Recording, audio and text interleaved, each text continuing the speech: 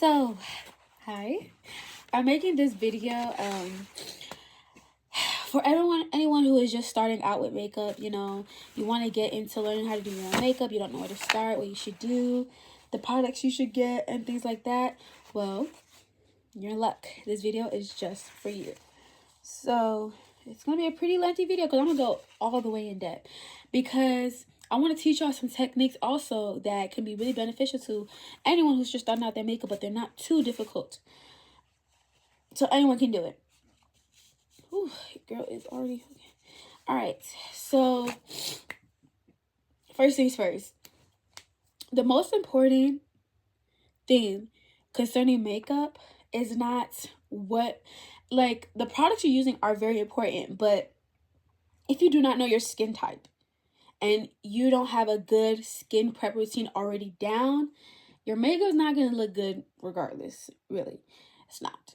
So a way you can learn your skin type is you wash your face as you normally do. And instead of patting it dry with a towel or paper towel, however you let it air dry. And let it air dry and don't put anything on your skin for about 30 minutes to an hour. And you will just see how your skin feels with nothing on it. So if your skin feels tight, it feels dry, you see some dry patches forming around your face, you have dry skin. If you see your face getting shinier, though you haven't put anything on it, you have oily skin. And if you see you have like some dry places and some oily places, then you have combination. And if you see your skin just feels fine, nothing, like it doesn't feel too dry, but it doesn't feel like too oily, just feels fine, you don't see no dry patches, you don't see no really oily places, then you have normal skin. So I personally have combination skin. So when I do my skincare, when I'm doing my makeup, I do a nice gentle cleanser. So something like this. Any gel cleanser that's also not stripping. I like to use a gel cleanser because I have a really oily like T-zone on my forehead, but I also kind of get dry around my nose, my eyes, and around my mouth. So I don't want, of course I want to take away the excess oil, but I don't want to take any of the oils I already have in the places that I'm kind of dry in. So just a gentle gel cleanser works. Another one is the CeraVe hydrating cream to foam cleanser because it has the creaminess of the hydrating cleanser, but also the foaminess allows to take away some of that extra shine that your face is producing. So as you can see, I've been dabbing my forehead because I'm making this video kind of late in the day. So I already did my skincare today. I did my sunscreen, all that stuff, things like that. So next is just having a good simple one too. So you can do toners if you want. I would say do more research on that, and serums, do more research on that concerning that are more for your skin type and whatever skin concerns you may have. So do more research on that. I usually use just a hydrating one, and then a couple days a week I use a exfoliating serum to help with dark spots and hyperpigmentation, and then I also use a exfoliating toner a couple times a week for those same reasons. Also to note that everyone should be wearing sunscreen. I personally like to use Korean sunscreen because they make the best formulations for every skin tone and every skin type.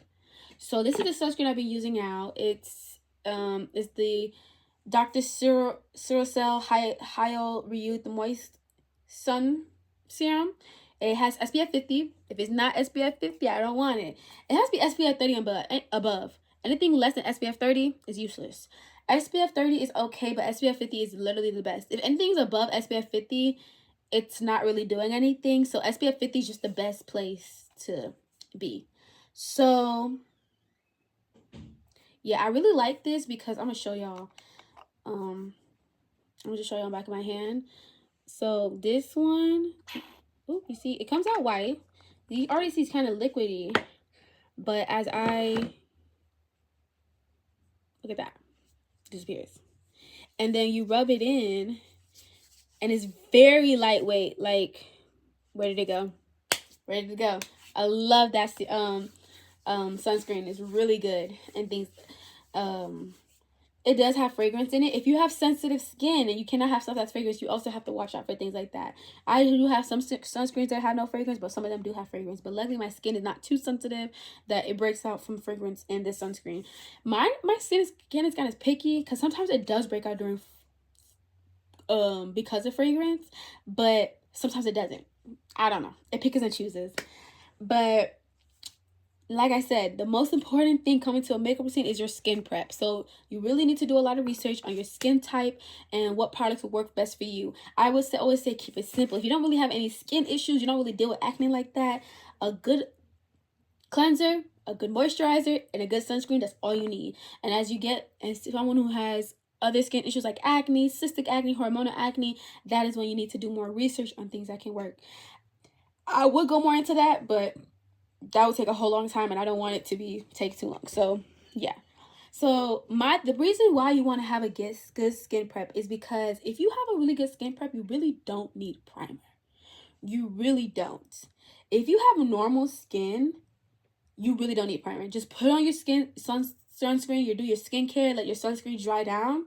You can just put on your makeup, and your makeup will look good. I have done plenty of times. I've done my makeup without using primer, and it looks fine. And the primers I use, sometimes I don't even need to use it, but I just use it sometimes just to be extra and things like that. I will say this, if you have oily skin, like you have really oily skin, excessively oily skin, and like sometimes you sweat a lot also, and you need this makeup to last a long time, that's when you invest in products like the one size, like, was it Oil Sucker? Oil Sucker primer. Those type of products you use, but you use them very sparingly because a little bit does go a long way. Or you use the Secure the Sweat, Secure the Blur, things like that. If you have textured skin, the Secure the Blur, some blurring primers also do you a lot of good, like the Hourglass Vanishing Primer or the e.l.f. Putty Primer, the regular one. Those are good blurring products. Or the Danessa Myricks Blurring Balm in the Universal. The color one is also good, but I also use Universal, and I just like that one. And you're already going to use foundation, all that stuff. So unless you use the Blurring Balm in the color as the foundation, you can't do that. So when you have dry skin, I would say just make sure your skin prep is hydrating. If your skin prep is hydrating, you really don't need a hydrating primer, if you're already using hydrating products in your skin prep. And also, because you have dry skin, you're going to use hydrating products in your makeup products. So you want your face to be really hydrated, so when you powder it down to set, your face won't get no dry patches. So yeah. So let me just start with primers. So at first I want to like wipe my face. And I'm going to put some cream around my eyes and my nose because that's where I really get dry. The rest of my face is fine. So I'm just going to put some cream here. I also say if you have dry under eye like me, putting on some extra moisturizer before starting your skincare, your makeup routine is key to your under eyes, to lessen any creasing on your under eyes. Yeah. So now I didn't put it all over my face because I already know my forehead is fine, my chin is fine, and my cheeks are fine. But right here, yeah. And I just use whatever facial cream. It's just one of the little samples I had. It's the Kiehl's Ultra Facial Cream. Yeah. All right. So getting into topic of primer, I would say if you're a beginner, keep it simple. You don't really need a whole lot of primers. You really don't need a primer, honestly. But if you do want to, I do have a couple of options that I like to use personally, and what I use and what I see myself using all the time I'm doing my skincare routine. So every time I do my skincare, I always use this primer. It's the Saie Glowy Super Gel Primer. I'm gonna use just Star Glow today. I have the mini. It's in the Star Glow. They're $16. The mini and the full size are $28. Really nice product. The reason why I like to use this product is I don't use highlighter. I'm not a highlighter girly, so this allows me to have that glow within look, and that when you like that reflectiveness that highlight usually gives when you put it on, I don't need to put that on to get that because I already get it from this primer. So just gonna go in like, ooh, hello, like one pump over my whole face.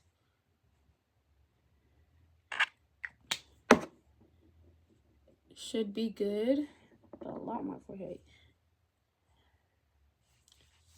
Just rub that in.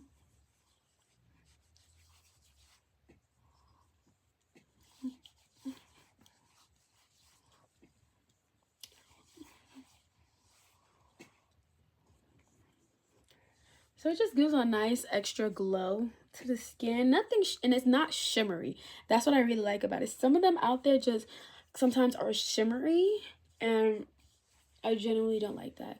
So this is $16, but a product that is the same or maybe even a little bit better, I don't personally have it, but I've heard a lot of good things about it, is the L'Oreal Lumi Glotion. It also comes in different shades, and it just allows, it does the same type of thing. So because my lips are dry, I'm going to put some lip balm on it while I do my makeup. It's the Summer Fridays lip butter balm. That's also another tip. Before you start your makeup, put some type of lip mask, a lip balm, chapstick, something on your lips. So while you're doing your makeup, your lips are softening and just getting nice and moisturized. So when it's time to do your lip combo, you wipe off whatever and you're able to do your combo and your lips are nice and moisturized. They're not like, see, my lips are glossy. When it's time for me to do my lip combo, I'm gonna wipe this off. And it's not gonna be glossy, but it's still gonna be moisturized and soft. So now next I have the e.l.f. Poreless Putty Primer. I have both this one and the liquid, but I always use this one. I use the liquid sometimes. This is what I use for the little texture I have in my pores. So I have like right here on my cheeks. You can't really see right now because I'm filming on my iPad. And so right here on my cheeks, I have kind of some large pores that I like to blur. And my forehead, I have a little bit of texture here. And yeah, so here's what I do. Just take a little bit with my finger and just put it where I need it. Just right there on my cheeks, a little bit of my chin, my nose, and my forehead. Not too much. A little does go a long way for this. I don't need that much. And so just rub that in. And it just really helps with blurring my skin. And those are really honestly two products I feel like you can use. Now again, if you have more skin issues you're wanting to, you know, address with primer, you're gonna have to do a little bit more research on that. But I always say keep it simple. You may not need any primer or very little primer. So this is just to start it all out. So now next we're gonna talk about foundation. There are a lot of ways to put on your foundation and layer your makeup products. There's a lot of methods. The underpainting method, there's a method where you kind of put it all on your face in one layer and then you blend. There's a lot of different things. I like to stick to traditional foundation, blush, contour, concealer, then set it.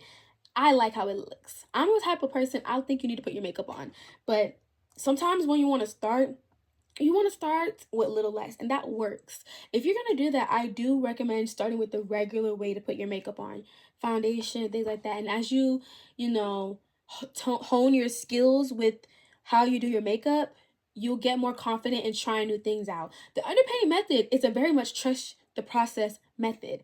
I remember I did it a couple times. I always look crazy, and then at the end it looks really good. I'm like, whoa, I don't remember how we got to like this, because if you look at the in between, you're just like, you look a hot mess. But somehow in the end it all ties together, and that's how it is. Or, you know, the whole one layer of makeup type of thing where you put everything on, or the ones where you don't use foundation and things like that. Once you get more proficient with how you do your makeup and you're more confident with how you want your makeup done and you already know what you like, you're able to explore the different methods of doing makeup. But just for becoming a beginner, I would say keep it very simple. So foundation. Now, when it comes to getting a foundation, I do recommend going in store to get a shade match, because that's the best thing you can do. Though the lightings in makeup stores are usually pretty off, you can get a really good shade match in store. Me personally, I never did that. I've always just, you know, just prayed it matched. And if it didn't, dang. If it did, yay. So my first foundation was the Maybelline Fit Me, the matte and poreless one. They also have a dewy one for people with dry skin, but the matte and poreless one is good for anyone from normal to combo and oily. I think dry skin people who have dry skin also sometimes use it, but sparingly, or make sure that their face is moisturized before they use it. But it's a good product to start out with. That's what I started out with. I don't really have a lot more recommendations for drugstore. I do know that the L'Oreal True Match is a really good one, and you can find a really good shade match in the L'Oreal True Match one. Those are the two ones that I know personally work really well. So the one I use is this one. It's the Haus Labs Triclone Skin whatever foundation. This is my foundation that I love. It's a really good shade match for me. I really love this foundation. This is a foundation I feel like that suits all skin types. If you have dry skin, if you have oily skin, you have combo skin, you have normal skin, this foundation is really good. And it kind of reminds me of the Maybelline Matte and Poreless, but just a little less thick, because the Matte and Poreless is a bit thicker than this. So when it comes to finding your foundation shade as a black girl, is a lot harder. I feel like it's hard for everyone, but I feel like for us it's really hard. I don't know. So what I used to do is the whole, old wives tells, if you look better in gold, you're probably warm. If you look better in silver, you're probably cool. I look equally good in gold and silver. So I was always kind of confused. So I realized now I'm a neutral. Sometimes I can put, some of my foundations are warm. Like I have this foundation that is warmer than this, but it still works out in the end. And this one, which is more neutral, it all still works out in the end, so things like that. I will say, do look at your jewelry. If you lean towards wearing almost all the time gold jewelry, you're probably warm. And it looks really nice on you. And if silver jewelry, you don't like it, kind of makes your skin looks in a way, your skin tone to look in a way you don't like, you're most likely warm. And opposite of that, you only like silver, gold kind of makes you look a little too yellowish, you don't like it, you're most likely cool. And if you're somewhere in between where you look good with gold and you look good with silver, you're most likely neutral. And you should stick to neutral, but you can kind of get away with it if you did get a cool foundation or if you get a warm foundation, but it's best to stick to neutral. And of course, if you see you have a little bit more of a olive green type of tint to your skin, you might be what they call neutral olive, I believe, olive skin tone. Yeah, so it's a lot. So how do you choose? What I used to do is I have a lot of pictures of myself in different lightings, in the sun, and where there's bad lighting, where there's good lighting, golden hour, when my skin, this, and my skin looks like a different shade all the different times. So I look at that, and then I look at the foundation and the different shades they have. I already know which is too light and I know which is too dark. So I stick to where I am, which is, I'm not deep, I'm dark, but I'm not medium. So I'm not light enough to be medium, but I'm not dark enough to be deep, so I'm dark. So I stick between that shade, whatever one are darks, and I look at the picture of the people who are wearing the foundation, and I see which one looks closer to my skin tone in most of my pictures. Maybe not all, but in most. And the rule of thumb is always best to go darker than lighter, because if you go a little bit darker, it's easier to fix that than lighter. It is. So the rule of thumb is go a bit darker, because you can fix that easier than lighter. You can still fix it if you get a lighter one, but it's just easier to fix it with darker. So yeah, but I also recommend going in store and getting a shade match, because you'll use a little bit more time. You use more time, but you don't have to worry about getting something wrong, of getting a wrong shade match, and you have to go back and return it and do it all over again. So yes, but if you're like, the method I use is a little complicated, but it really works for me, and I never have to go in store to shade match. And every time I bought all my foundations online, and they all work perfectly for me. Not perfectly, but they all work really well for me. So yes. So now we're gonna start. Now I gotta pull this out to get my foundation brush. So when it comes to foundation and the foundation brush you use, I'm gonna use this because it's the cleanest one I got. I haven't cleaned my foundation brushes in a while. I know, isn't it? I don't got time. I'm gonna wash my face right after this anyway, so I really do have to wash my brushes though. So when it comes to foundation, I have a couple of foundation brushes. So this is one. It's a Sephora collection number 70. This is one that's very dense. It's a very dense brush. This one is for, I would say, if you want a really good brush that gives you the most coverage when you blend out, this is the type of brush you get. This is a very dense brush. I bought this brush because I bought a stick foundation, and I read that these type of brushes are best for blending out stick foundations, but it's also you can use for cream and liquids. It's a foundation brush. This is another one I have. It's a slanted one. It's still dense, but not as dense as this one. This is the one I was using, but it's a little bit too dirty. This one is the most common one you'll see with a flat kind of head. It is at an angle, but it's still flat and allows you to really stipple on the makeup and blend it in a way. And I believe those are the two foundation brushes I have. Yes, they are. These are the two foundation brushes I have. No, that is a lie. I have another foundation brush. I have 3 foundation brushes. Sorry. So this is my last foundation brush. So this is the N17 Nikki LaRose N17 brush. It's not really, it's a multi-purposeful brush, but I do use it for foundation. It's from BK Beauty. So this is a dual brush. So this side is for powders, this side is for creams, and I like this one when I'm applying my skin tint because it leaves me with such a skin-like finish that you're like, where she put the makeup. I love this one, but I'm not going to use this one today. I'm going to use this one because we're going to go for a kind of soft glam type of beat today. So when it comes to makeup, less is more, but nothing will look like nothing. I don't know if that makes sense. So I'm going to start with just 1 pump, and that should be enough for my whole face. I don't really have a big face or a wide face, I guess I can say, but I'm gonna start with 1 pump. If I need any more, I will, but I usually only need like 1 pump.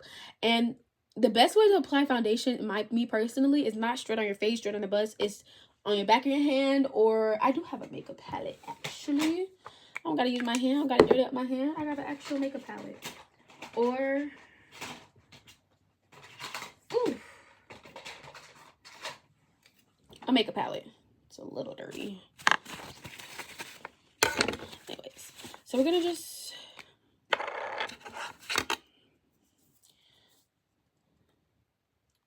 this is literally 1. That's 1. That should be more than enough. So what I'm going to do is I'm going to work it into my brush. So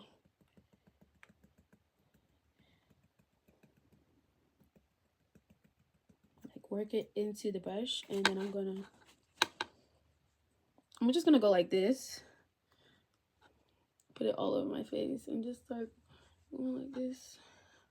So when you're putting on foundation, you want to avoid the under eye area because you're already going to put concealer there. So there's no reason for you to put, and you don't want too much product there because that's going to cause for more creasing and things like that. I don't know why I just put foundation on acting like I'm not supposed to do my brows first. Y'all, look at me. Look at me. It's okay. I'll do my brows last. I'll just do a simple, I won't do like the laminated brow look. I'll do something else.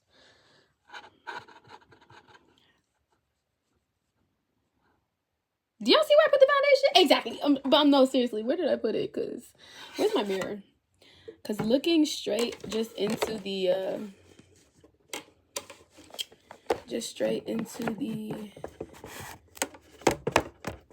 oh Lord, I missed.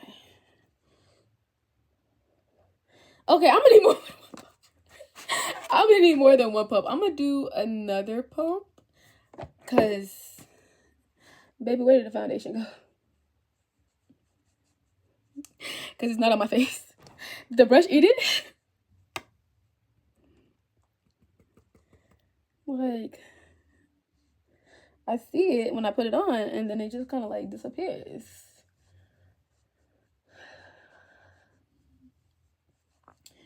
I would say I probably won't use this brush again for liquid. It's best for stick foundation because I feel like, honestly, yeah, no. I said I wasn't going to use this one, but baby, she always gets me right. Like, let me show y'all how fast I blend out.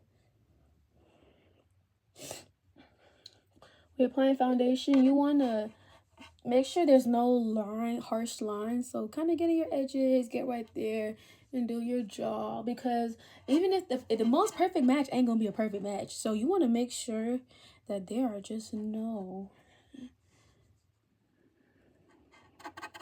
Right, baby.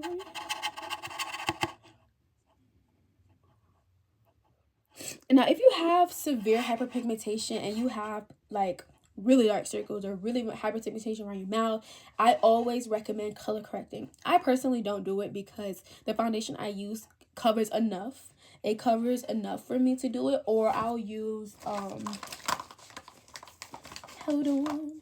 I don't know why I'm reaching. I'll use like this pot concealer, the NARS Soft Matte Complete Concealer, the little pot. This is like literally, it's like if this could be my skin tone, it would be. It's like a slightly bit off, but when it blends out, you can't tell what's my skin and what is this. You really can't. And so I'll use that and let that set it, and then use my foundation. But usually with the foundation I'm using covers enough for me to do that. So let me get the rest of my foundation onto this brush. You want your foundation to like be in the brush to get a really flawless blend. Don't be afraid to make funny faces to make sure you get everywhere.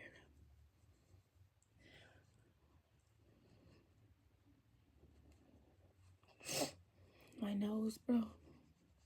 Should have blown my nose before I started. It's okay. We're gonna figure it out. This foundation is very much skin-like, so if you want something that's a little bit more full coverage, I feel like the Maybelline is a really good full coverage one. I don't know, but high-end, I'm trying to think. A good high-end full coverage, well, turn up the base, one size is a good full coverage one. I tell y'all, I feel like I know a lot of products, and then I'm trying to list some products, my nose goes blank. But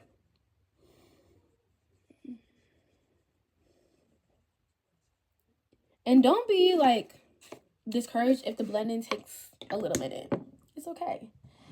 It's okay. So next we're gonna go into blush. Now, if you know you look just like me, you as dark as me, you have the same skin tone as me, pink blush is gonna be your best friend.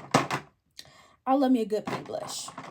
Love me a good pink blush, but I also really love a red blush. So I'm gonna just show y'all a couple of blush options. So the reason this red blush right here, the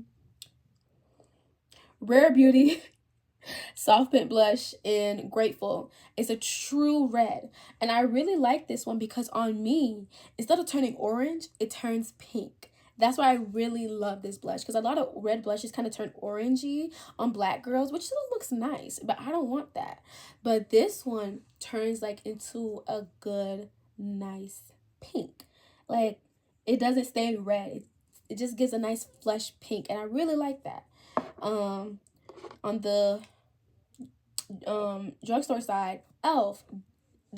I'm sorry, these are probably the best drugstore liquid blushes. I'm sorry, I love these blushes. I have another one, but I haven't opened it. So, but this the Camo Liquid Blush in the shade Coming in Hot Pink and Pinky Promise. These two together always make a good blush. Like, this is in most of my makeup looks, I always use these two together. And this is something I what's it called, discovered recently. I got this in one of the little, if you know Sephora, they do like these little sets where they put different products in there, full size and mini size, for you to try out. Not try it, you can buy. And so you can like try different products and things like that without probably paying full price, and you get a deal on it. And one of them came with this, it's a Rare Beauty blush, but it's in Happy, which is a pink. I thought it wouldn't show up on me, but it shows up on me in the most subtle way. This is definitely a more natural looking blush. It's like a did you even blush, but it's like, are you blushing, blush? Like, it's such a beautiful blush. I didn't even realize it. Like, I wanted to go and get a full size, but I was like, wait, now you know this is gonna last you a long time. There ain't no reason for you to go buy a full size. You don't need it. But this is such a beautiful blush because it's a light pink blush, but it doesn't look chalky. It does not look ashy. It just looks like a very subtle wash of for black girls. It doesn't have to, because sometimes when I want to do a blush look, I don't want something that's out there. Now, I'm not gonna lie, I like a bold blush look. I can show y'all some pictures, but sometimes I just want something very subtle, like, oh, very, like, you know? Yeah, but we're not doing that today. So we're gonna do what I usually do, and I don't want it all to be high-end products in here, even though that's what most of my stuff is. But yeah, so here's how I use my blush. So am I gonna go in blush, or should I go with bronzer first? We're not gonna do blush yet. I was getting ahead of myself. I love blush, but we're not gonna do blush just yet. So I do want to do contour and bronzer, because you do have those options to do those things. Let me find here it is, the blush. So this is the contour I use. It's the only contour I have, and it is drugstore. It's the NYX Wonder Stick, and for me, it's in Deep Rich. This is a bit too dark for me, but I make it work. I feel like it's not too dark, actually. That was probably a lie. Like, let me show. Is that too dark? I don't know. I've always used this. I never thought to get like something lighter, because I always made it work, and it looked like and it's cool enough that it looks like contour. This is how the placement you do. So when you're placing your contour, you do not want to place it, I don't know if there's going to be, like, let me see me smiling. Like, let me suck in my face a little bit. You don't want to do it on your, like, your cheekbone. You don't want to do it on your cheekbone. You want to do it slightly under, so it kind of hugs the cheekbone. Now, the placement for contour is not going to be the same for everyone, because all our face shapes are not the same. So you have to really study your face and figure out where it's supposed to go. You can also look up.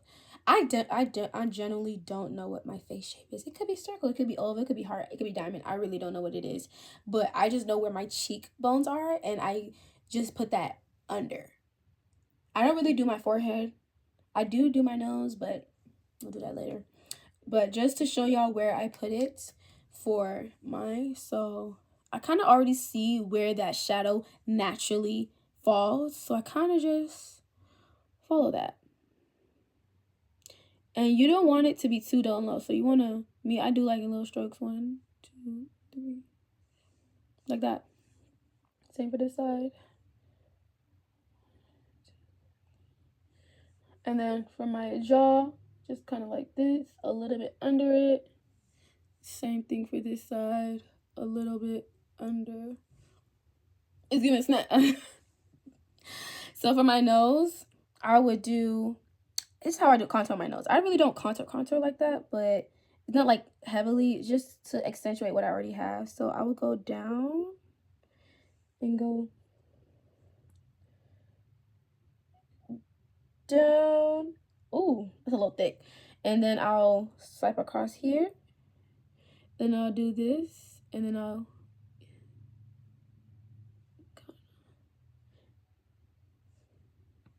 it looks a little, but trust, it's kind of go here where that shadow already naturally meets. So I look a little, so this is what I use for to contour my face. And for my nose, swear it was in here. No, that's not that. This is what I use for my nose. So to blend out a contour, you don't want to blend down. No, you always blend up. So you blend up. This is how I always do it, and I blend upwards. See the before and then after. Just a nice chiseled look, and I put it up and just keep blending. And the same thing for the jawline. Blend up. You can blend down for this one to go down into the neck a little bit. And then you see like just before, then you see it after all blended out. I like a subtle contour. Some people like it strong. I like mine subtle. So you do the same on this side. You blend up. My contour might sit a little low than compared to other people, but that's just for according to my face. And I always blend upwards. So it's kind of like hugging my cheekbone instead of just being on top of my cheekbone. On top of my cheekbones where I put my bronzer. and I always look good. So just always just blend up. And then same thing for the jaw. Go up into like your ear, and then go down your neck a little bit. Just making sure.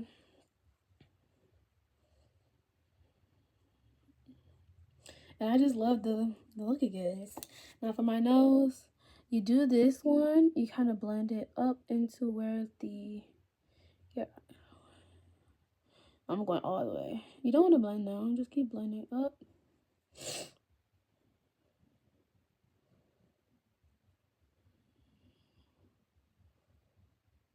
And I really don't mind messing up because I can clean this up with concealer later.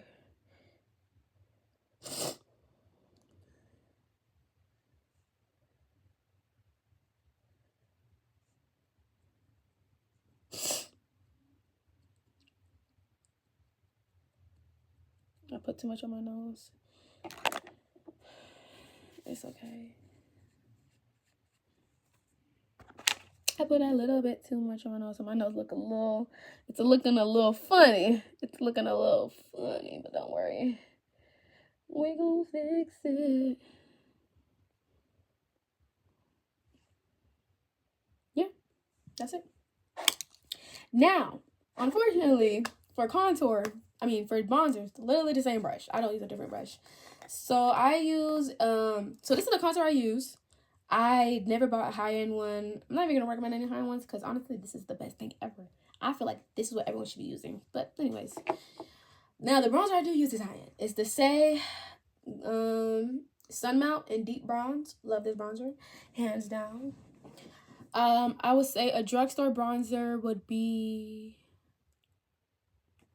which one would it be? Oh, easy, a Milani cream bronzer. Milani cream bronzer. So what I do with my, so I take in and I just go in with my contouring brush, and I kind of go in, like, I go in, and then I make sure, and then I want to say I like tap off the excess a little bit, kind of like to do a pre-blend, and then, oh, okay. And here, where I like to put my bronzer, I'm going to show y'all. So I like to put my bronzer right here, kind of where I put my blush, but a little bit under, right here. And then up here, and then across my forehead. So this bronzer is classified to be kind of sheer, so I kind of just pack it onto the brush and then use that, and that's all I need, honestly. So I kind of put my bronzer kind of where I put my blush, just a little below. I definitely do not put it on my contour, but I like to let it meet it. That curse people on the forehead, we want a nice glowy forehead. And of course still going up. And then here's what I do. I don't like doing here, but I like to do my chin. So I like to put it like right here on my chin and like kind of like above my lip a little bit. But yeah. Whew. If I need more, I'll add more. But that's honestly, it's a very subtle glow to me. But once I put everything together, you'll see it. So now we have the bronzer, the contour, and now we need the blush. Where's my blush brush? This is the, oh, it's not. This is the brush I use for my blush, the only one I use. So let me just show you how I go about it. So I don't use too much because the way I do my concealer, the blush and the concealer gotta meet, and they gotta mix. So I'm not gonna do too much. So I take the hot pink.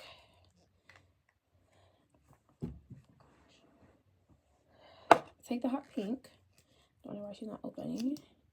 Wipe off excess, and then I do one dot. No, that's not a dot. One dot. Yeah. Same thing on this side. If I see what I'm looking off camera, it's because I'm looking into a mirror. Because looking to this camera is not doing the same thing as looking into a mirror. Then I take the lighter pink and like right next to it. Ooh, excess. Why is it not coming off? Okay, a dot and a dot. I could honestly put more, but I'm just gonna start. A rule of thumb when it comes to makeup, you can always add more, but you can never take away. It's easier to add on, but it's hard to take away. So start small and just keep adding. Same thing with foundation, same thing with contour, same thing with bronzer, same thing with blush, concealer.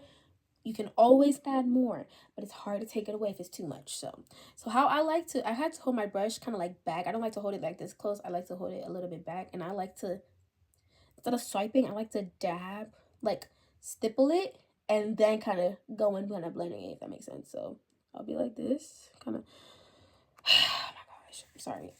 Okay, y'all see that? So I like to put my, like, at the top of my chin. I smile, like right here. So right here, and then going back. So my blush was kind of really close to where this part of my under eye is, and then I go up to my temple.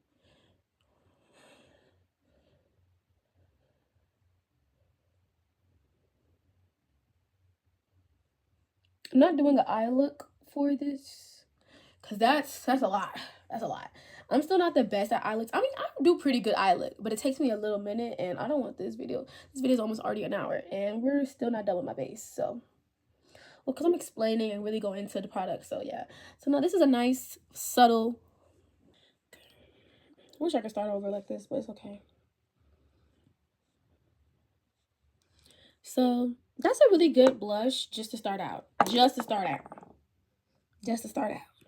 This is giving natural, I know. But what's gonna make it that natural? That concealer combo. Anyways, so for me personally, I don't like a really bright under eye, but I'm not trying to look like one. No. So this is how I do mine. So the concealer I'm using is the Sephora Collection Bright Future Gel Serum Concealer. Unfortunately, they discontinued this, so you cannot find this in the Sephora store ever. Like, ever. So yeah, but it is, I believe this was a dupe to the Tower 28 concealer, which I do have. So yeah, I would say a drugstore equivalent to this would be the L'Oreal True Match concealer. I feel like that consistency would work. This is not the same as this one, but the e.l.f. Camo Concealer. Full coverage, but it's also really creamy and hydrating, so it does work. NYX Can't Stop Won't Stop is a good one. Oh, girl, how can I forget? The NYX their serum one too is comparable to this one too. Those are all good. This one was actually pretty inexpensive, but it's the fact like they just don't have this anymore at Sephora, and the equivalent to this like exact one would be the Tower 28, which is high end. That's why I'm giving. My nose is itchy and I don't want to scratch it, so I'm just gonna take a brush and. Sometimes your face is gonna itch while you're doing makeup. Do not scratch with your fingers. Scratch with a brush. Take a brush, and because you know get extra blending in there. So here's what you're gonna do.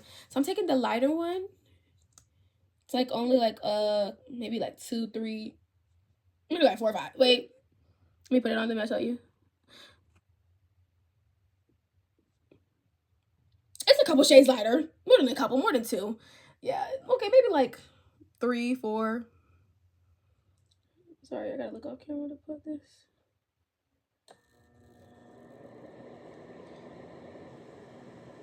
I put makeup on my forehead. And then kind of dots along the nose.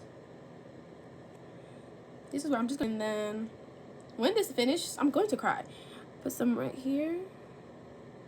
Now, where you put your concealer placement, it will change depend on how comfortable you get with makeup. When I started out, I did not put concealer at all these places. I really just kept doing my makeup, and I found out where I wanted my concealer, where I didn't want my concealer. My chin. Right here.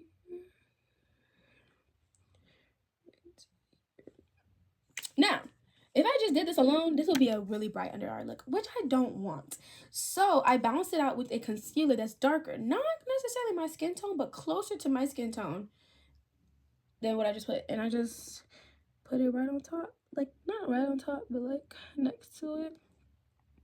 I put a lot on this side. Lord have mercy. Don't know what I was thinking. Because I'm putting it on looking at the And that's how I get my under eye look, like my color, because baby, your girl does not. Okay, now the first thing, now to know this, you should let your now how as I don't say now so many times. Depending on how full coverage you want your concealer to be is how long you're going to allow it to sit. So me, I let it sit just a little bit, but what you can do while you wait for it to sit is spray your face. So I'm not using that. I thought I was about to use. Y'all see how where she at? We gotta preserve. This is the Charlotte Tilbury Airbrush Flawless Setting Spray. It's a really good setting spray. It's not cheap. And I really love this because it really makes your makeup last. It is not transfer proof, but it does make your makeup last a long time. This will mixed with a fixing spray. No, this is a fixing spray. A finishing spray. Just a water-based setting spray and an alcohol-based setting spray together, your base will never move. Never. But since I don't want to use that because those are expensive, I'm going to use my e.l.f. Stay All Day Blue. One of my e.l.f. setting sprays. So just gonna hold it back. It says really fine mister, if you can see. Oh. But I don't want it to be too close to my face, so kind of hold it. Don't hold it this close. Don't hold it. This is one. Keep your eyes closed and your mouth shut. Some people talk during this. I don't know how to do that. I'll keep my mouth shut.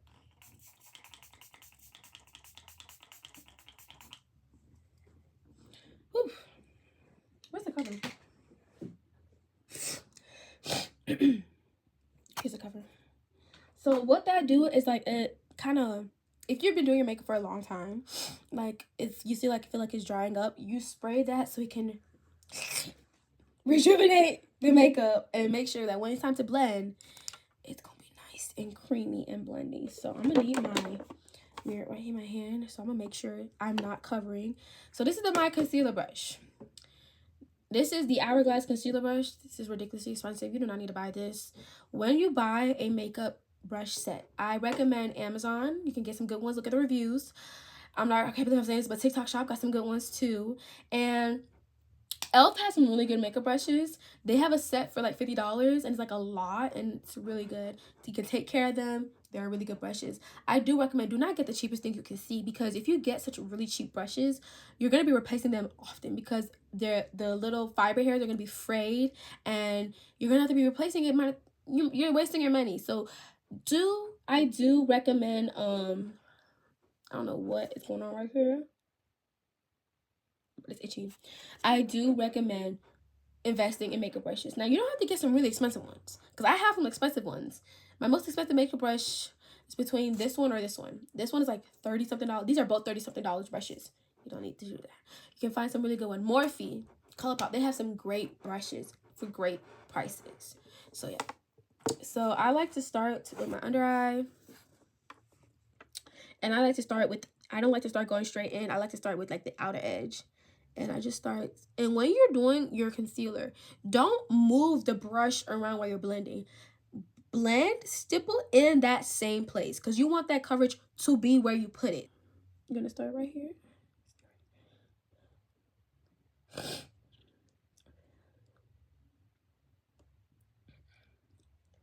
And then here's what I do. I like to where I want my, that's where I start stippling to.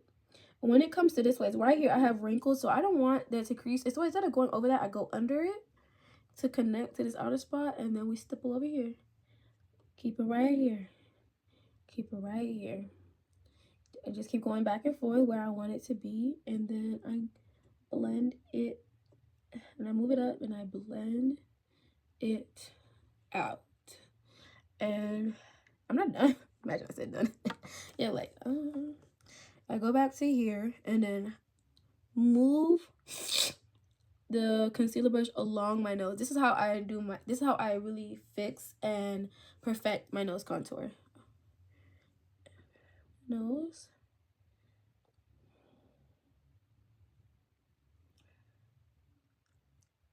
You look up to bring the rest of that concealer up. You don't want all the concealer. So get to the inner corner, look up, go across. And you have it right here.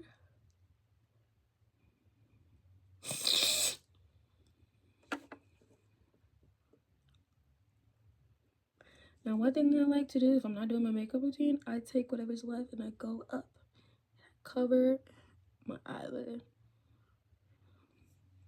Before and after. Hey, I love a good blend. Like, and y'all see that? About faultless. Now you just keep going because you want to really perfect that. Get over here. And now you be like, why are you dragging your concealer all the way out here? Don't worry, y'all. It's part of the process. And you see that? Before, after. It didn't take me that long. I personally am a brush girly for the under eyes. Starting out, you will want to use beauty blenders, and honestly, use them. It's beauty blenders are a great tool to not because when you don't have that much technique and skill when it comes to blending, this does a lot for you. Make sure to wet it. Me personally, I know a lot of people don't like this. I use a dry beauty blender because wet beauty blenders absorb more product. So when I use beauty blenders in my routine, it's to really just smooth everything out, not to blend. So I don't need to wet it because if I wet it, it's going to absorb the product. I don't want it to do that. I just want it to kind of go everything, and anything I may have missed when blending, it smooths that out. But when using this to blend your foundation, your concealer, your whatever you're using to, because you can use this all over your face. You can do your whole face with this one little tool. You need to wet it. You wet it, and then you squeeze and squeeze. You wrap a paper towel around this a couple times and squeeze all the excess. So when you squeeze this, it's damp. It's not soaking wet. So you need this to be damp, not soaking wet. So once you want to use it to blend. Me, I don't use it to blend. I use it to fine tune the little details. I don't need to use it, but I like to use it because I just feel like it gives me a little protection. Make sure, like, okay, everything, there is no, you see that? Like a little, there's no line. Everything's blended, cohesive. But I'm going to go back with more blush, so I'm going to go in. But get what I'm trying to say. So when I use it, I don't damp it. But when you're using it to blend out concealer, foundation, whatever you're using it, you do need it. It does need to be damp. So just needed to tell that. So like that's how I like to blend it out. I really love using a brush, and you know, just you see where my concealer is on the top. That's basically right next to that. So you kind of want to. There's a line. You kind of don't want that, so you're gonna blend it. That line is gone. Okay, now to the next side. Do the same thing. You start with the perimeter in that space. This one has more, unfortunately, because I was not paying attention. And you just stipple right where it is. And kind of bring it over to your nose. And then you go under to meet. Stipple that right there. And then you fan that out. You go back and you stipple right here. Probably gonna have to add more on this side to match with this side, but I can probably blend it out really good. And then you look up.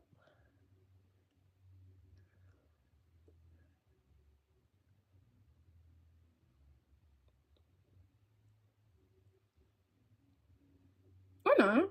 I think it's good.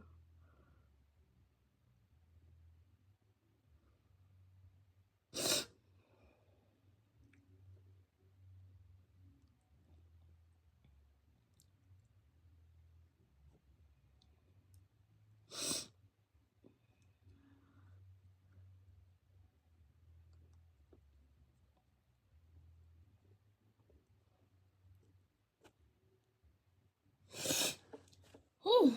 Is it the same? I think I need a little bit more on this side. I put a little bit more when I was doing this side.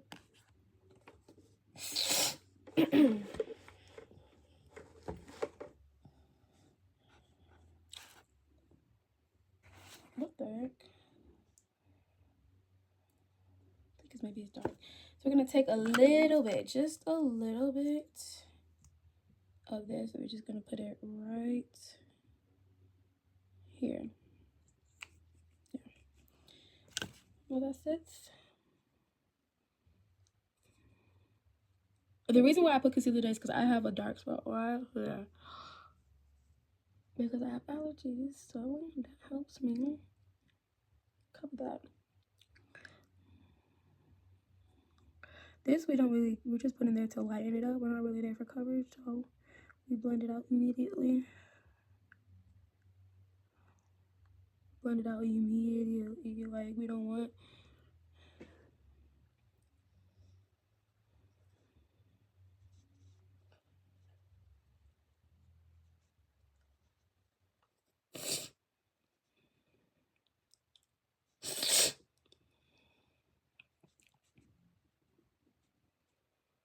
And I mean, just the rest of my face.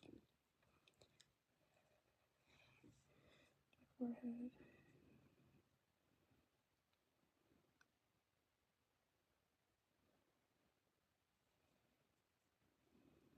I don't like when my forehead is too dark.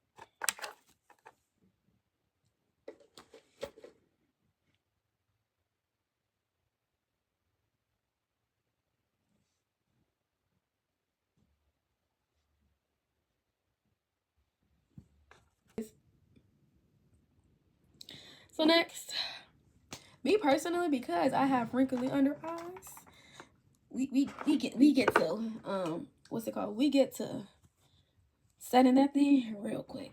So now here's what I do to set my under eyes. I do a little ritual, because if I don't, it's gonna crease. Just because of my wrinkles, not because of the product. Don't play. Anyways, so where I have wrinkles and where I crease, I use this brush that has no product on it, essentially, other than when I used this before for the same thing. I use that to get rid of that product that in those lines, essentially, of excess product right there. That is gonna cause that I use where I usually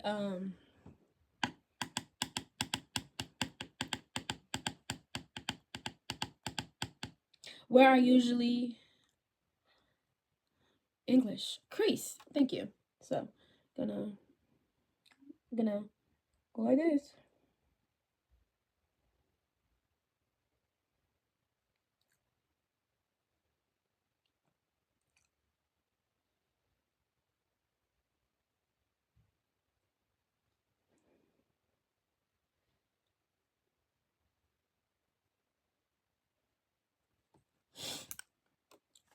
Because I don't want, I do still go back over with the brush.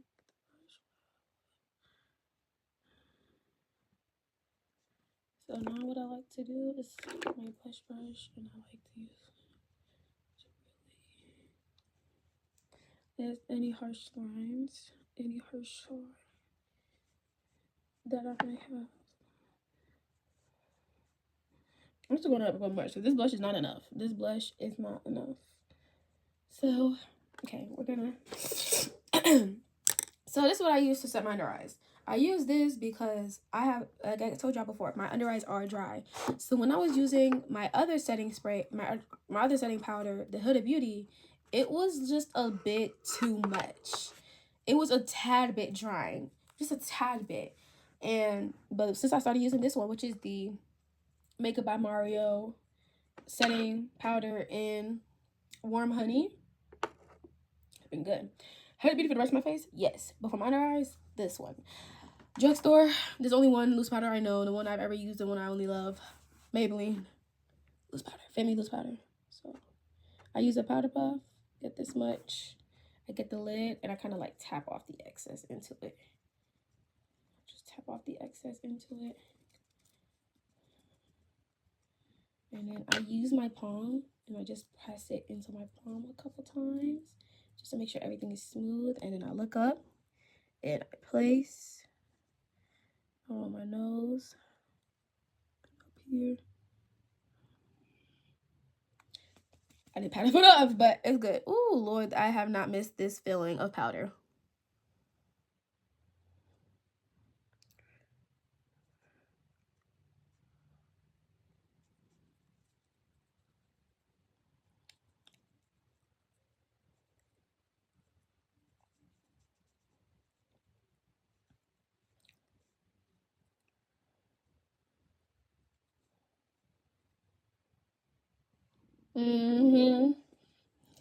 Yep, I don't think I need to put any more. Y'all just see that? Ooh. Ooh, the way it just took that to that, y'all, this powder is the truth. It is the truth. I love this powder, but not for the rest of my face. It's not drying enough for the rest of my face, which gets oily. But on my under eyes, which is dry, y'all look at that. Oh, I will never stop talking about this powder. About this powder. You better stand still. Whatever. And then I do the same to the other side. Sorry.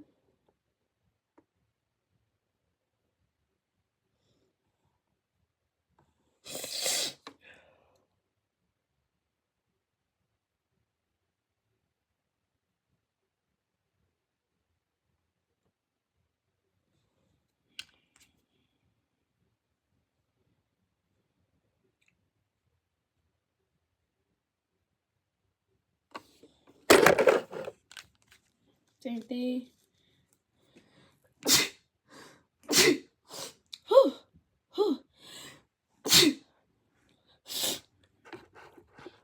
Dip it into the powder.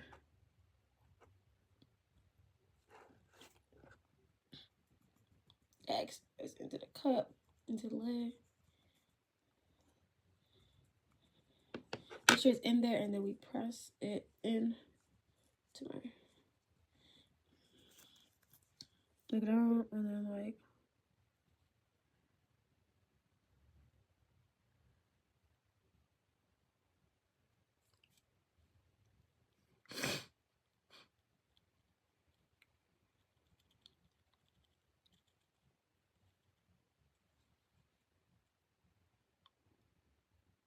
Is that a shadow?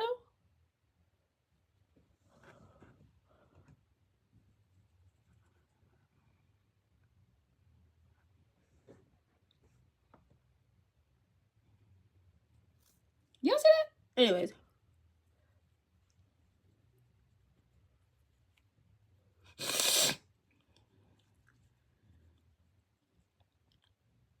I think I need to add more.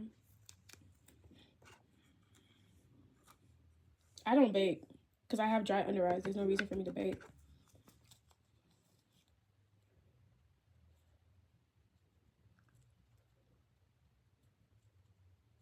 I thought I saw something else. I'm like, what the? Okay. So, whatever's left, put it over my eyes, kind of like that.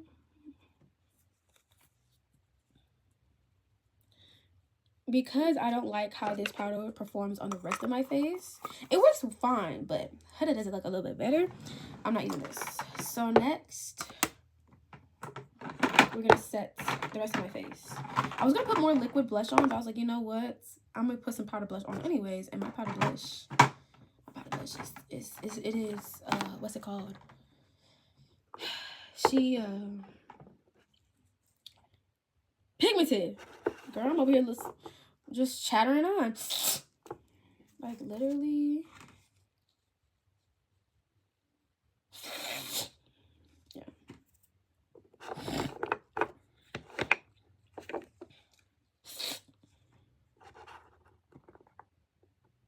This is the Huda Beauty Easy Bake Powder in Kunafa. So what I'm going to do is take, first of all, look, you see those hard lines? So I'm going to take my foundation brush, whatever is left on it, kind of go over, like blend the edges where I put highlights, because I don't want there to be any harsh lines. And then I'm gonna go over that with my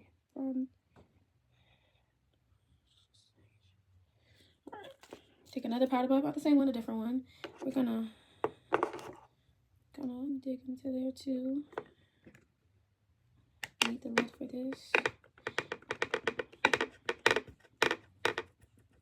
Because when I usually set the rest of my face with Huda Beauty, I use kind of the excess. I don't want there to be too much, so we're gonna pat out a lot of excess and go.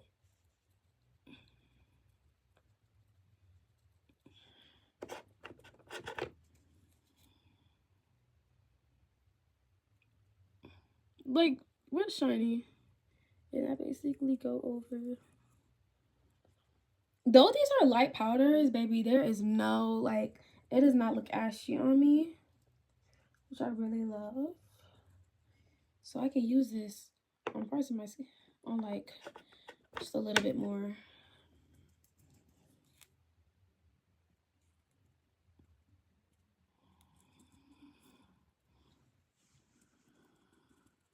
Like basically, and I usually use whatever's left to just basically pat my whole face down. But it's not setting my whole face. I'm just patting it just to dry it just a little bit. And then basically we're done with that part. But we ain't done.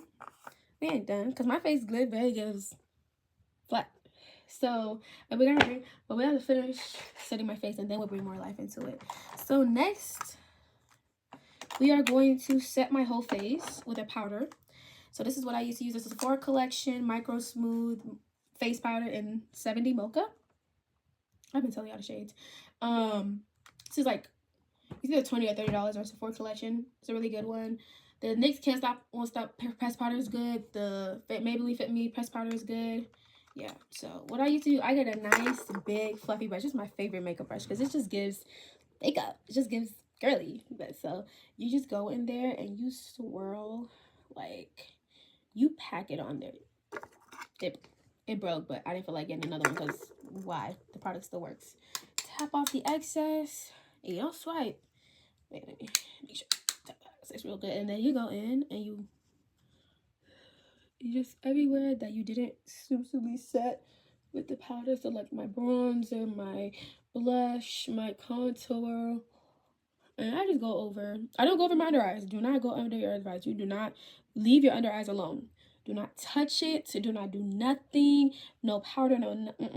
When it's time to do something else to it, I'll tell you. But just powder. This is what I do. Just powder your face down, and it's pretty good. Just get a little bit more. Now my face is getting flat again. This is what you want. This is what I want. To get flat. To give all that work for the cream, it's gone. It's basically gone. But we did that for a reason. So don't worry. Don't fret. Don't fret. Everywhere. Don't forget where you put makeup, guys. Even those little obscure places to make sure, you know, there was no line of demarcation. Line of demarcation and things like that. So it's that simple.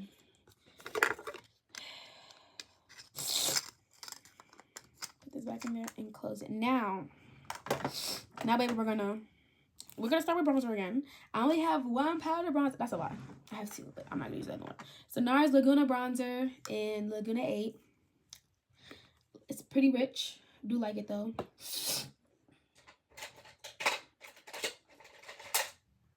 And so I'm gonna use, I have another one of that same one, so I'm gonna use this one just wiping off a little bit of excess. And we're gonna use that to kind of re-bronze our face. So I don't have any powder but contour. I don't know. Whenever they sell something like that, please tell me. And now I'm talking about bronzer, actual contour. Cool. This is warm. This is very much warm. Oh, I'm so sorry. I did not explain the difference between bronzer and contour. So contour is about creating shadows. So you use something that's cool. So it's harder for us dark skinned girls and brown skinned girls and black girls to get a nice good contour, true contour. This one is still a little warm, but it's very is a lot cool considered my bronzer in this. So contours create shadows, and we use that, and we use something cool because we're going to create a shadow. Now, whereas bronzer is supposed to mimic the glow of the sun on our skin. So we use bronzer in places that the sun naturally hits and give us that nice bronzy glow, which is going to be warmer because of the sun. So that's why I said I put my bronzer kind of on top of my cheekbones, whereas I put my contour under it to create that shadow. So now I'm using this, which is very warm, very pigmented, so you have to be very careful. And you're going to hold this like this, lightly dust it over it. Off the excess. Now here's how I do my powder bronzer. It's very different than what I do cream. I know where I put it, but I kind of just go. I hold it very far because I want it to be like a soft look. I don't want it to look muddy. And I just go in like circular motion. I can go back and forth with my forehead because it's my forehead. But kind of just, that's how I do my powder bronzer. Maybe that's pigmented.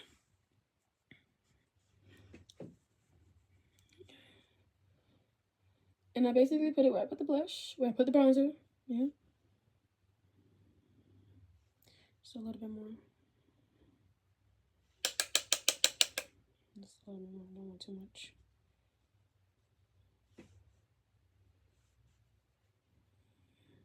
And what I like to do is I like to kind of like squeeze it a little bit and go over where I put my contour a little bit. The bronzer.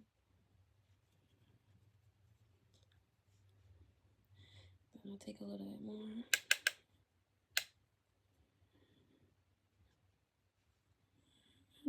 Because we're not doing an eye look, bronzer in the eyelid works best. You don't really have to do too much with it. Just get in there. Not too much though.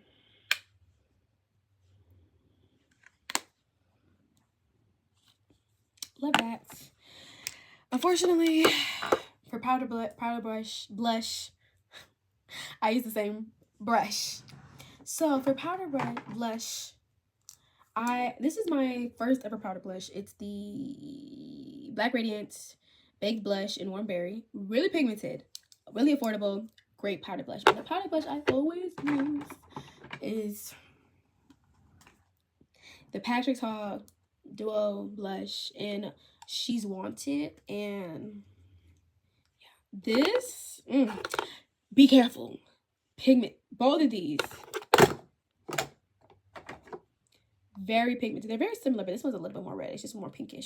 That's why I'm using this one. Very pigmented. Very pigmented. So, like, when I tell you, you got to be careful or you will look like a clown very quickly with this. So, you see? Look, tap out the excess. You're not done.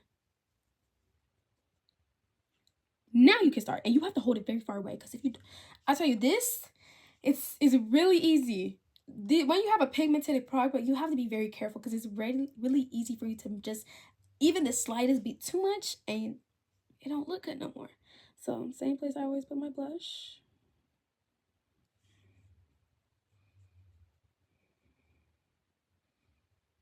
I'm blinking a lot because I'm like going right there underneath my eyes. And then you go to the temple. That's where I like to put. That's how I like to do my blush. Again, your blush placement is going to vary on your face shape. So you're going to have to just really learn your face shape and learn what works for you. See? Y'all see that? I had to wipe it off my hand and it's still this pigmented. I could put more, but we don't want to do too much with it. Put a little bit on the corner of my eye. Do I want more? No. She's really good where she's at. Because we're going to give soft glam. Full glam, I probably would have went more. Okay.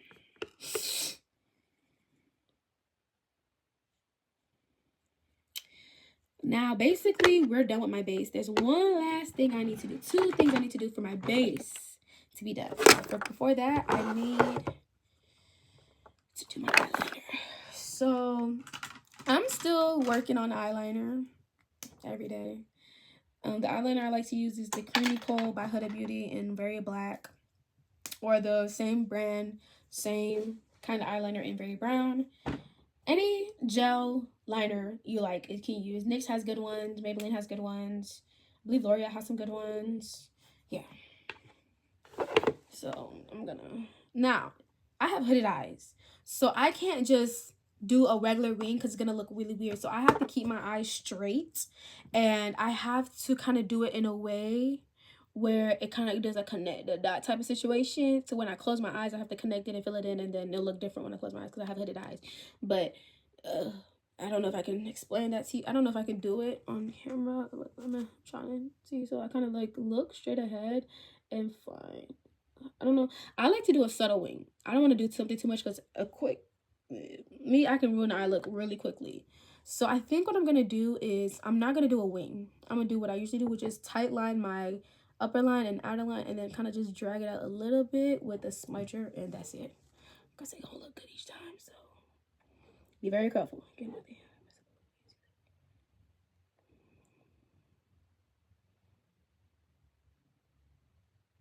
I'm still not used to tight lining, so it takes me a little minute.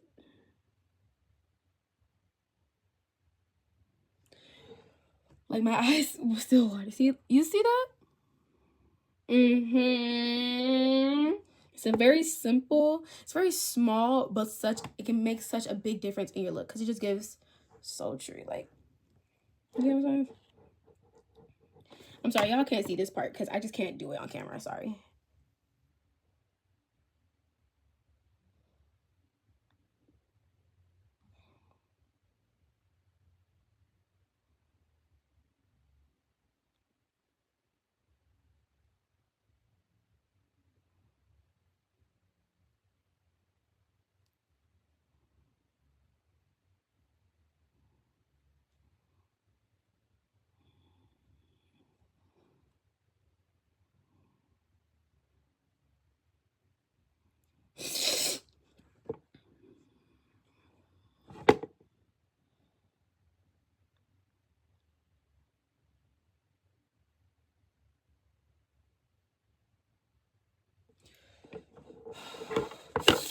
I get watery eyes when I do this. I don't usually have watery eyes, but when I try and tight line, I'm not done. I just need to take a break because my eyes are getting watery and I don't want to mess up my makeup.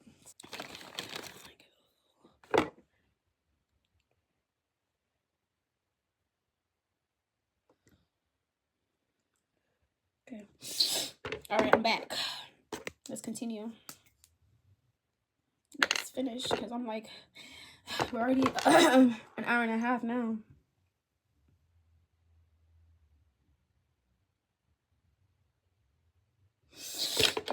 I'm back. Man, it's hot.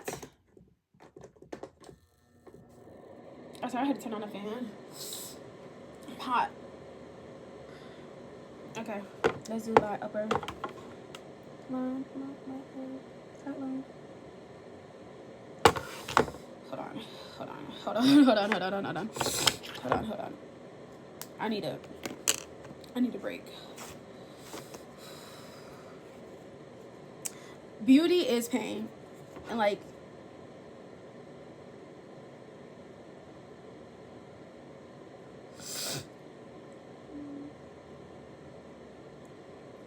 okay, there we go. I got it. I'm good, y'all now.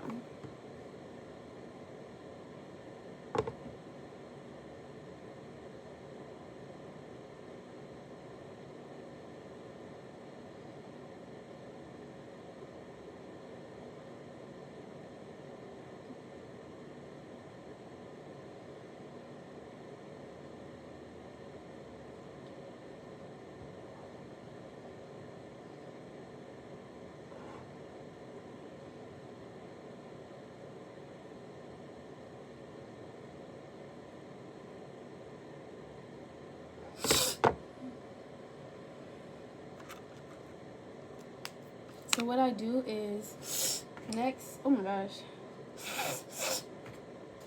is I take a smudging brush. Let me show you what my smudging brush looks like. It looks like this. It's like dense but small, and I just go over where I kind of put it to smudge it out, but not where it looks ugly. So just to give like a kind of little smoky effect, honestly. And you kind of make give look straight ahead, so the smoky effect can align with the hoodness of my lid. Smoke it out on the bottom too.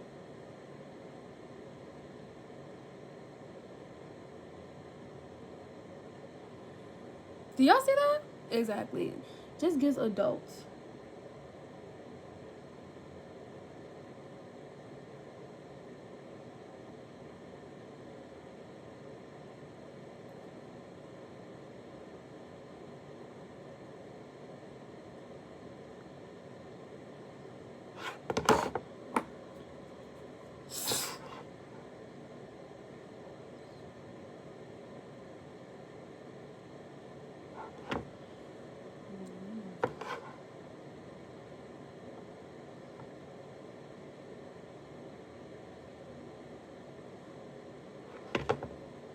Y'all, oh, I just love a good like mini smoke eyelid because it just elevates a makeup look. Anyways, so next, what else do I need to? All right, now it's time for the lip. Y'all been waiting for this moment. I have to do this before I even finish my fake base. Yep. So next we're gonna.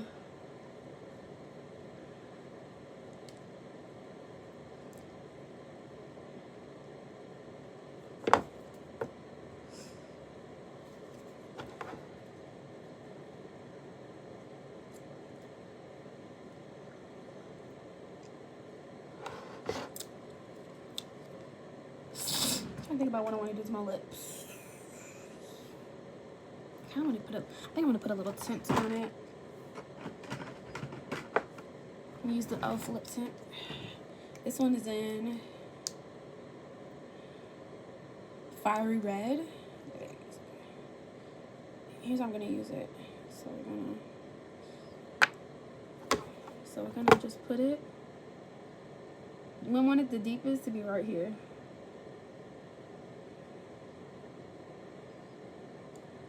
And then gonna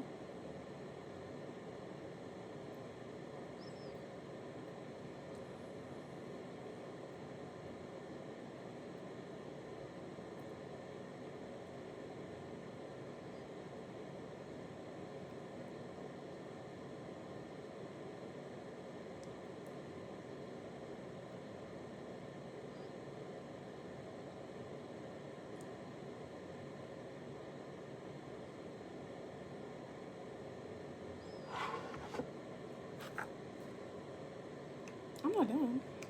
We gotta wipe this off.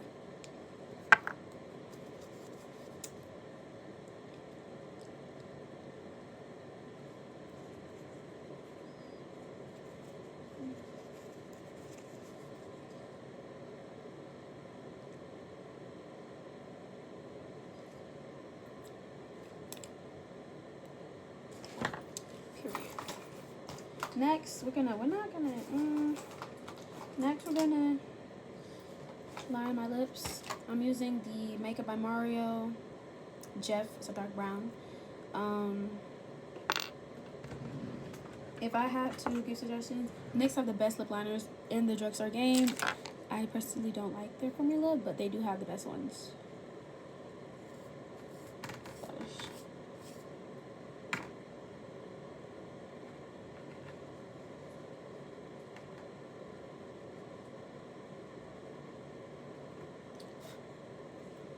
One thing about Makeup by Mario lip pencils, they come with their own sharpener.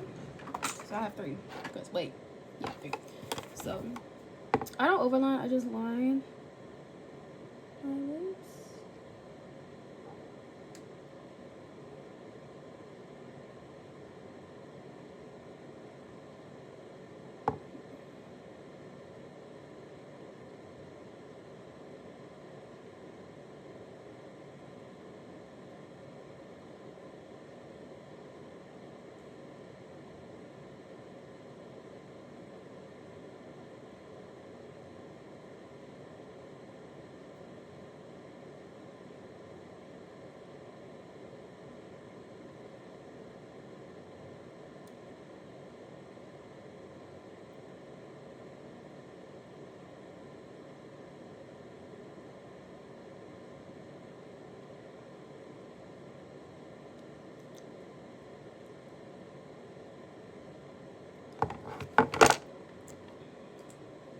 little brush on the end.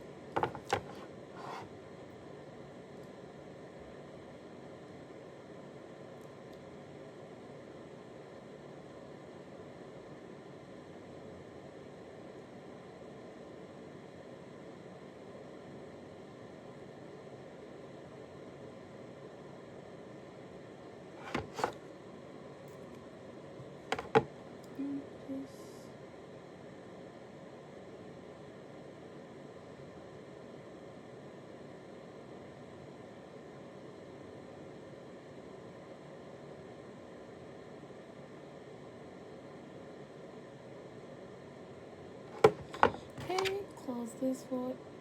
Oh Lord, that is not the opening. Close this for a sec. Then we're gonna go in with another one that's in a nice pinky mauve. I love this one. It's Kevin, I believe. Yes, Kevin. So we're gonna like kind of chase the brown.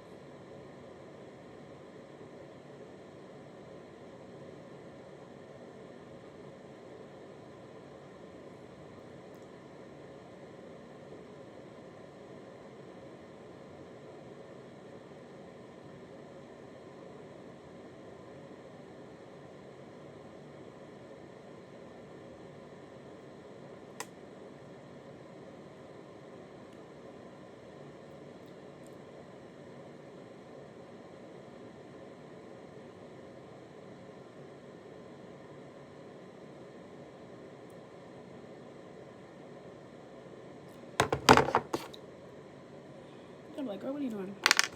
Just watch. Just watch.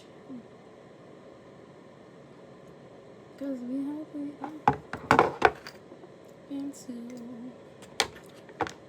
go back with the brown. I'm going to make sure to really emphasize that brown. Just on the edge.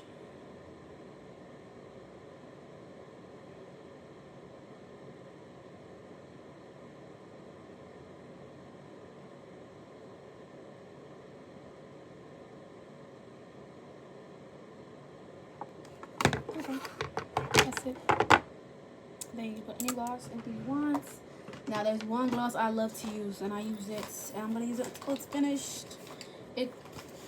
That is one of the glosses, but it's not that one. It is the Haus Labs.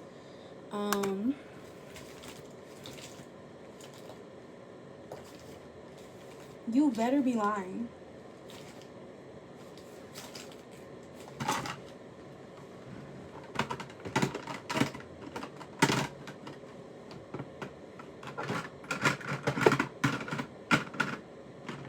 You better be lying.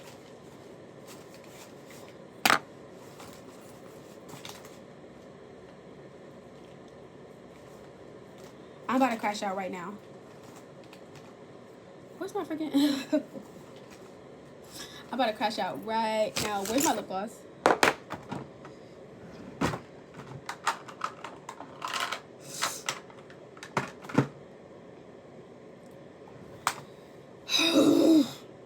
Kind of upset right now because where did my lip gloss go? Like, that's literally my favorite lip gloss, and it's gone. Y'all, I want to crash out right now. It's okay. It's okay. I don't want to use that. I'll use this. It's basically almost done though. I swore it was in here. Wait. I know where it could be. I'm just gonna find it.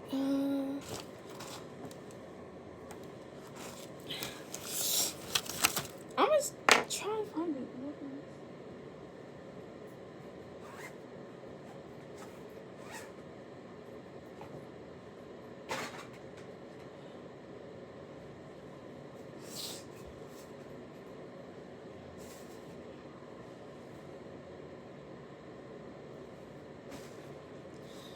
I can't find it, so we're gonna use this. Is the NYX Butter Gloss. I'm not even gonna tell y'all what the lip gloss I was looking for is, because I just don't want to explain it all. So it's the NYX Butter Gloss in Tiramisu. Really like this one. I'm almost done with this, so I do need to go get another one. Actually, no, I don't, because I have a lot of lip gloss at home.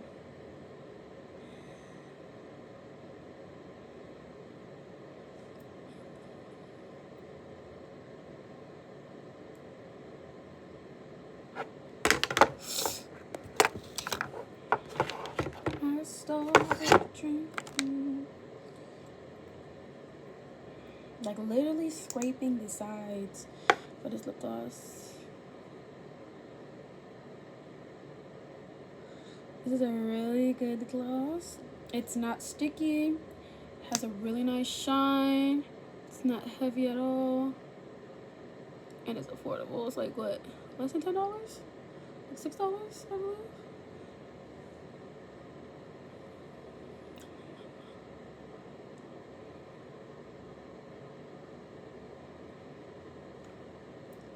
And just to reiterate that brown, we're gonna take the Fenty Hot Chocolate Gloss Bomb.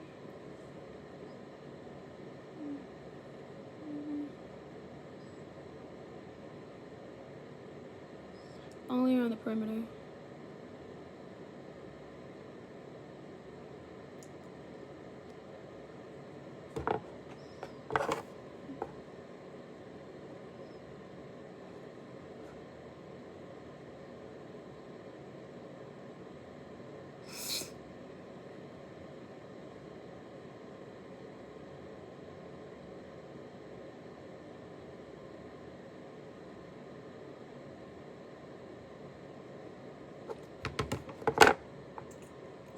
And I like to make sure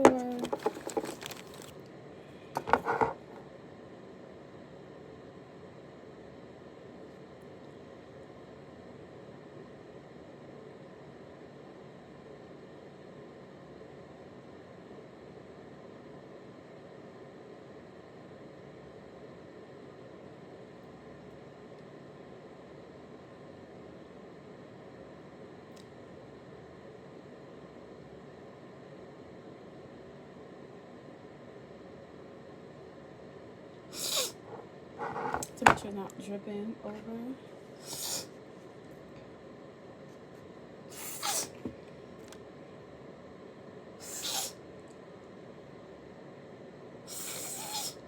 Yeah.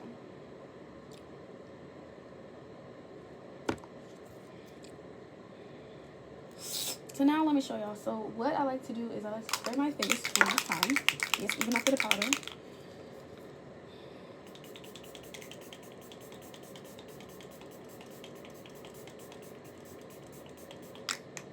This will be the Charlotte Tilbury, but baby, you need a fan to dry. I feel like I didn't get on the other side.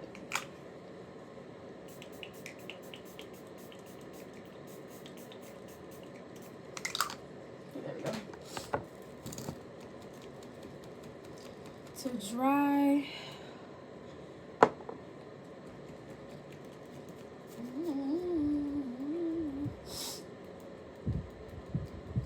To dry it. Now we got some skin back into, but we're not done because we already know that I have combo skin, so I have places I'm oily. So this is where you go in with the finishing powder. Emphasis, finishing powder, not a regular pressed powder. Finishing powder. This is the Charlotte Tilbury Airbrush Flawless Finish Powder. I really don't know what you can get this. There are some pressed powders you can use as finishing powders, like the ones I gave y'all when I told y'all about the other pressed powders. But this is the only finishing powder I feel like I've ever heard of.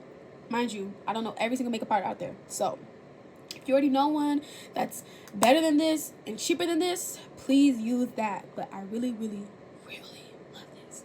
So you can use either a brush or a powder puff. I like to use either a brush or a powder puff. Powder puff applies it more heavily. So I'm going to do both, but I'm going to show you how I do both. So this one is like a little bit more light just to touch up. I'm going to use that on my forehead, but underneath my eyes, I'm going to use the powder puff. So I like to get just a little brush, and I like to dab in it, get a good amount, tap off the excess, and then I just like to go over, especially where I know I get oily and just like to go over those places. My nose, y'all.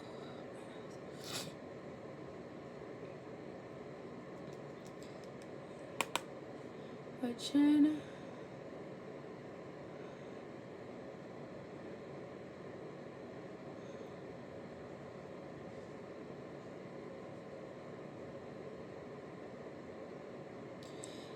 So I'm gonna take the powder puff. I'm going to, not too much, because I don't want my under eyes to look creepy. So when creepy means like too much powder punch going on. Just gonna pack on a bit on there and just really pat it into my skin.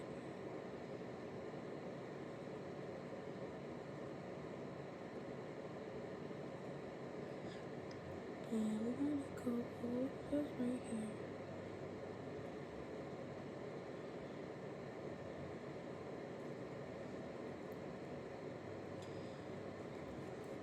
Like before, after.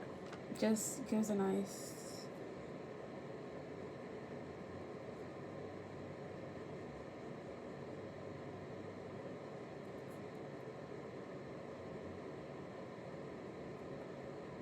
Now, obviously, when I have a extensive makeup look on, I'm not doing that. I'm not going over my eye. No. But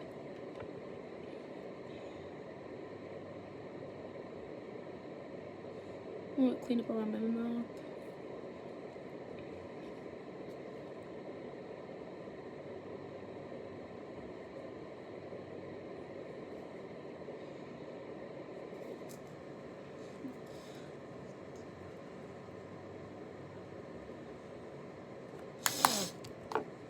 If I feel like I'm a little bit too ashy, go in with this. If you feel like, oh, maybe you overdid it, you're looking at feeling a bit too ashy, just go in with your whatever you use to set your whole face and just pat that in.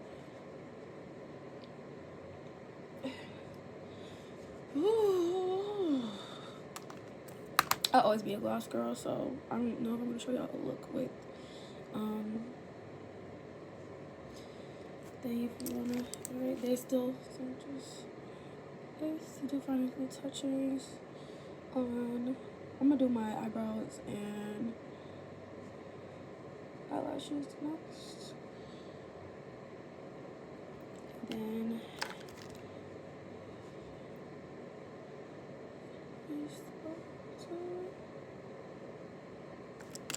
all right, base is finally done. So after this is when I would use the one size or the L'Oreal to basically fix this so it will not move, not transfer.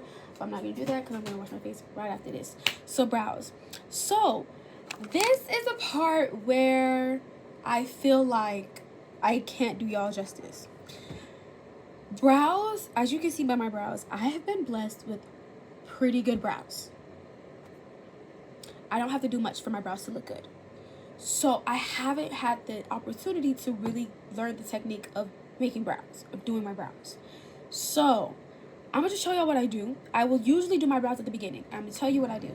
So usually I'll either get the e.l.f. Brow Freeze or the Anastasia Beverly Hills Gel Brow Freeze, or I got one last one. This e.l.f. Brow Freeze. Any of those three will work.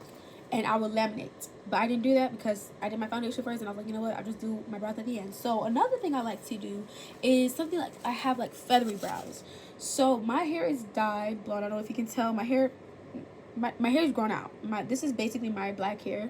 So this will look a little bit off. But when my hair is dyed, this looks a lot better. So I bought this when I dyed my hair because I didn't dye my eyebrows. And I was like, shoot, I got black eyebrows and some light brown hair, like light brown hair. I don't know if you can tell. So I was like, this not gonna work. So this is something like this. This is the Anastasia Beverly Hills. It's just a regular brow gel. It has little, like, it's not something used to laminate your brows. Something just to just make sure they're done. So it has to go on like this in the color. So what I like to do is off the excess, and I'll just basically run it through my brows. And just brush my brows up with this product.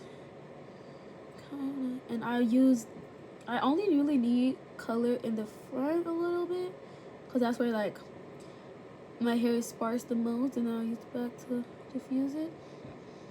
And yeah, that's the simplest thing I can say.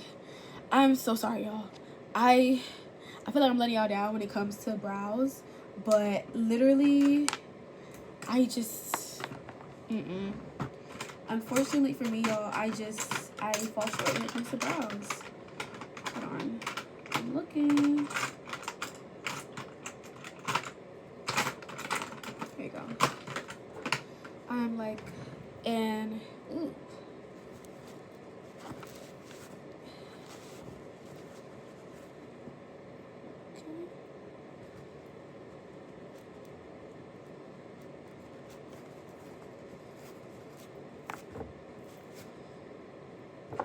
Used it to.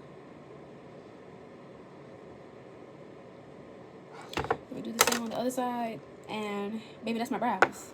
I've never been one for when I do my makeup look, I need a very defined brow. Like this is before and after. Really just looks brushed up and a little bit more filled in. But I've never been one for a very defined brow look, like, you know, what is it called? Like conceal the bottom, all that stuff. I've never been one for that look, honestly. So, but if you do like that, I will make more videos and I will explain those techniques in more detail. But you really don't need to do that unless you have like literally no brows. Then I suggest going to YouTube and looking up how to fill in my brows from 0 to 100, like from no brows to a very beautiful brow, because I thank God I was blessed with such full brows where I don't have to do much to it other than just a little gel to pull it down or a little color just to fill in the little sparse and that's it. But that's it. I don't have to do stroke, and I need to learn. So, because the one thing about makeup, you're always still learning. You can still start learning you can always still learn something new when it comes to makeup. So I'm gonna do the other side. Gonna brush through the hair with the gel.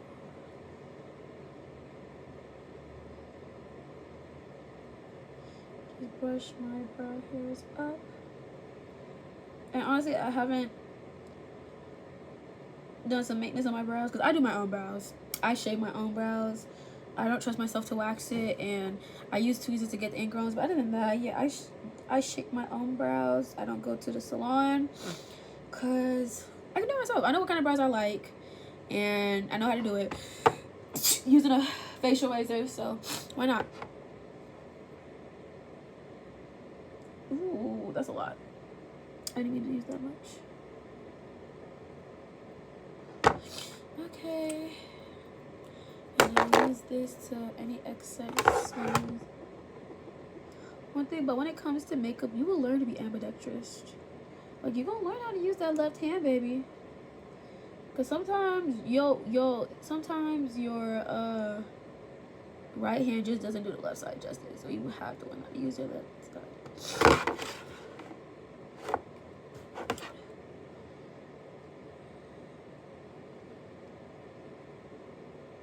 All right, y'all. Now, last but not least, lashes. So me personally, I'm not a falsies girl. I'll use falsies whenever I need to, or I feel like I do. I will always be a clusters girl. I'm not gonna do that now because it's late at night. But I also do like mascara. So Tube mascara, I have 2 mascaras that I like. They're both high end, unfortunately. I don't know how I got into this, but they're both by Tarte. So one is the Tube mascara by Tarte, and then the Lights Camera Lashes one. And so I'm gonna use the tubing mascara on top, and I'm gonna use the other one on my bottom lashes, and then I'm gonna give it all close up on the final look. And yeah, and I'm gonna just say any last tips. I don't really curl my lashes. I've tried to get into that, but I don't think I do it right, and I don't care. I like doing it from this angle because I can really see like the root and make sure that each lash is coated and coated evenly. I would say when it comes to mascara, please take your time, and please, don't think you have to rush. Unless you're literally rushing, then I say wait till you get to the venue, because mascara can get messy really quickly. I think I already made a mess. And, you know, if you're panicking, you can make it worse than it actually is. So if you get mascara, that's one code before and after. If you get mascara like on your face, do not touch it. Let it dry. When it dries down, you can use a little brush or cotton swab or something, and it will literally take away. Do not touch it if you do get mascara.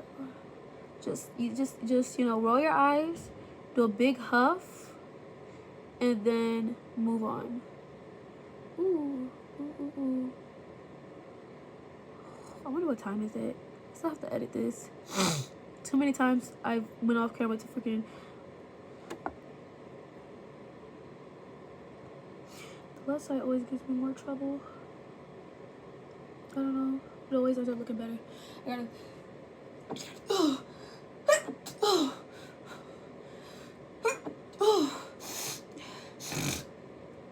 Okay, I'm back. Yeah, my sinuses. If you can't tell, my sinuses, my allergies have been kicking my butt lately.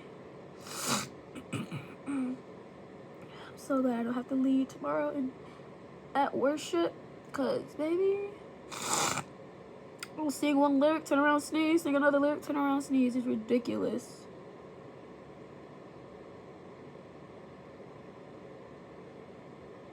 All right, just a little bit more.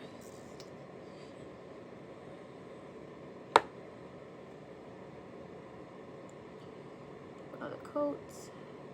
Yeah, I'm never going back to any other mascara. Like, Tube mascara is where it's at, girl. It's where it's at. I don't think I'll ever use waterproof mascara ever again. That stuff is the devil. Because why is that stuff so hard to take off? I will look like a raccoon. Sorry. And like this one doesn't come off unless you use warm water. So honestly, I don't even think I will look like a raccoon with this one on.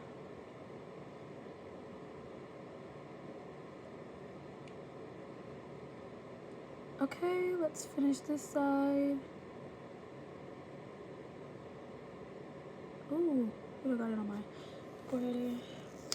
Y'all, look at these lashes. Ooh. Next, we're gonna use, obviously, girl, I already talked about some drugstore lashes.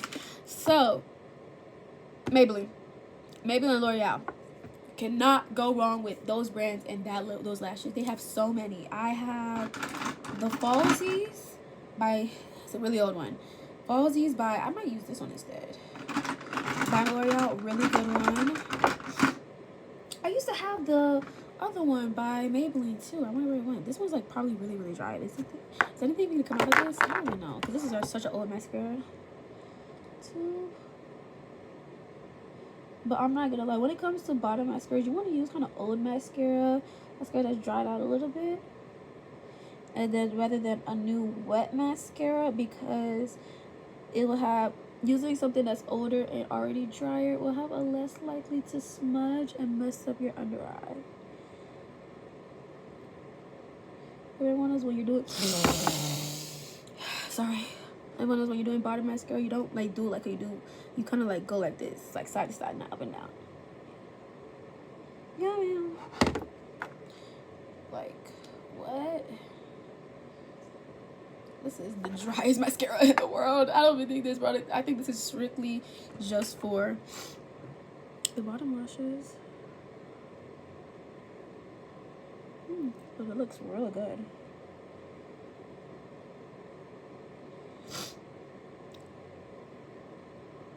If you gotta make a silly face, you gotta make a silly face. Oh, why is that lash? Okay, I'll just say, why are you standing upward? Sit down.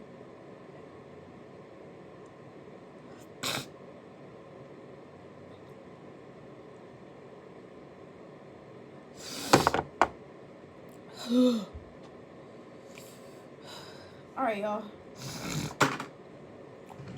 We're done. No, we're not. Okay, now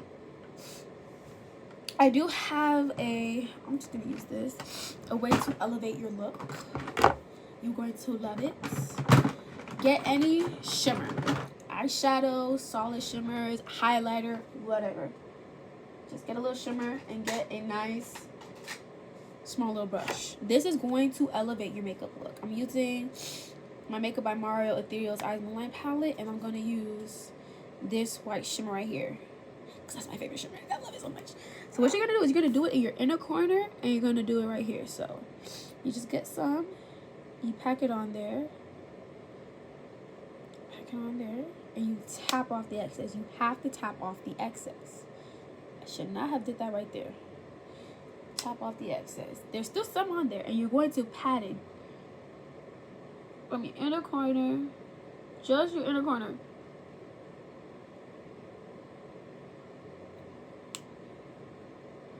You do not want, just do your inner corner. Do not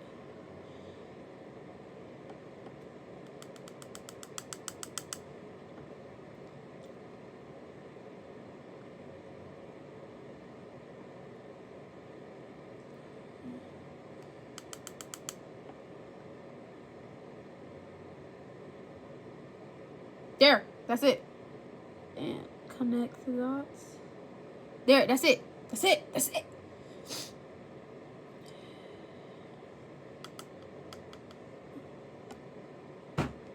Oh, I hate doing the left side. We gotta switch our hands.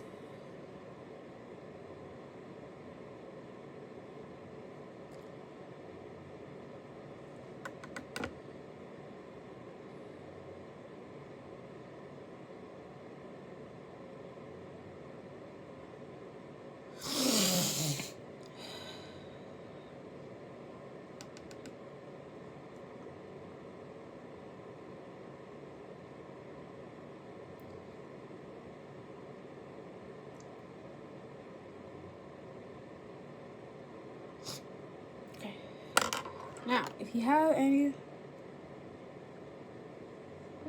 the big fluffy brush, boom, you just instantly,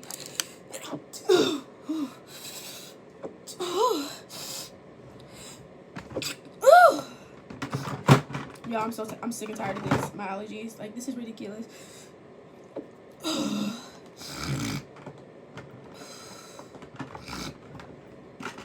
Anyway, before I was really interrupted, you just instantly upgraded look. And now, finally, we're done. So I'm gonna move up and move that. So this is the look. I think it came out really nice. This is definitely like a soft glam to me, you know. You have just a nice smooth face. I'm not gonna lie, I'm filming this on my iPad, so the quality might not be the best, but I'm telling you, follow these steps and you just continue to practice. That is that's the best advice I can give to anyone who's starting out their makeup. Practice doing your makeup. Practice. That's why I always say start with like drugstore, because you'll be more inclined to like use the stuff and you're not worried about wasting product. But then again, look at how much product I use to create this look, and this is just a soft glam look. And you can start with natural, barely there makeup, just enhancing what's already there, covering a little bit of blemishes, covering a little bit of dark circles and dark spots, things like that. You're not even gonna make a dent in your makeup. I promise you, you're not gonna make a dent of makeup, a dent into your makeup. But practicing doing your makeup, you have nothing to do today, you ain't got nowhere to go, you just staying at home, you know, you don't got really nothing to do, you got some time, just practice it. You know, put on your favorite makeup influencer or YouTuber, or a tutorial you've been wanting to, like, you know, try and things like that, and just do it. You know, do your makeup, and take pictures of your progress, because when I first started out, I thought I was doing pretty good, and it wasn't terrible, but maybe I wasn't that good. It was still giving. You might want to go home and practice, because honey, it's giving ghost. I'm not playing, but you know, you get what I'm trying to say. So don't be discouraged. You know, you're not gonna be. And I say this, you're not 9 times out of 10, you're not gonna be like an absolute, you know, makeup artist the first time you do your makeup. Maybe even the first couple times, honestly. I'm just being so for real. Like, it's is a very much learned skill, and you have to take time to practice. You have to take time to really learn these new techniques, you know. And you can, it's okay if it doesn't turn out well. It's okay. It's makeup, it is a skill. You know, it's not something that, I mean, some people can be good at makeup, but you have to start somewhere. And that somewhere usually it's a dark past, but it will all turn out well. Some last minute advice. Just know that makeup is not about hiding. It's not about trying to conceal. It's trying to enhance the beauty you already have. So you have to believe that you are beautiful, and you have to understand when it comes to following some people's makeup routines, you have to understand that your face is not the same as theirs. And what I mean by that, I mean the tone, your skin tone. I'm talking about your face shape and things like that.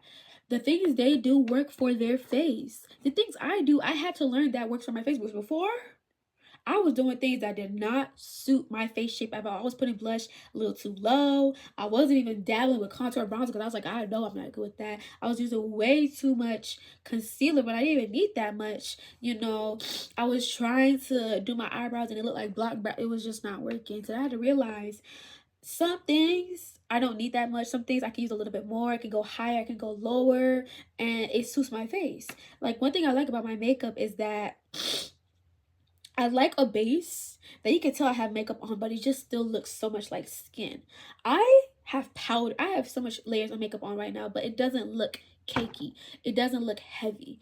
And you have to use the right products. So, you know, doing your research, what products are the most coverage with skin likeness that are still not too heavy, because sometimes if you use too many heavy products, it does cause your makeup to look cakey. And if you're not if you're not properly setting your face, it can look cakey. And not using the right techniques and the right products that work for your face and your skin can cause your makeup to not turn out how you would like it to. So just take those things into consideration and just take a leap of faith. I mean, my first makeup little kit cost me like $30 because I went to, they should not be named right now, but I'll just say any drugstore that carries, you know, the drugstore makeup. You can even go to Ulta. I would actually recommend going to Ulta, because with Ulta, you get those products, but you also get points. So you're already going to buy the makeup. Might as well just buy it from a place where you can get rewards from you buying it. So I would recommend going to Ulta. Ulta has Elf, Maybelline, L'Oreal, CoverGirl, Black Radiance. No, they don't. They don't have Black Radiance, unfortunately. They have what other drugstore brands are good? Shoot. I don't know if I consider Juvia's Place drugstore, but some people do, some people don't. It's on that side, so. Oh, NYX. How can I forget NYX?